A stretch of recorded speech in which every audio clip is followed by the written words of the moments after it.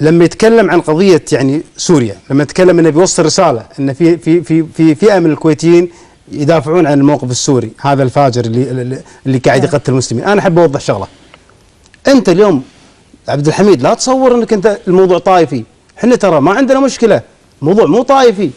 الموضوع الاساسي انت يدرك مصالح تجاريه، مصنعك اللي بقبرص اللي قاعد تدخل السجاير سوريا بدون جمارك، بدون ضريبه جمركيه، موضوع تجاري، لا تصور انه موضوع طائفي، ولا تحاول تسقط هذا الخلاف، ولا تسقط هذا الخلاف في الكويت. انت عندك مشكله تجاريه في سوريا، لذلك قاعد تدافع عن النظام السوري، قاعد تطق قطر الحين لان صارت مشكله معاك مع اللي قاعد تشتغل معاه بالخيل، وقاعد وجهت حملتك على قطر. لا تصور ان دوافعك طائفيه. دكتور هذه المواضيع شخصيه دكتور، مو هو قاعد يصور ان الامور مو شخصيه، يعني ما نبي راح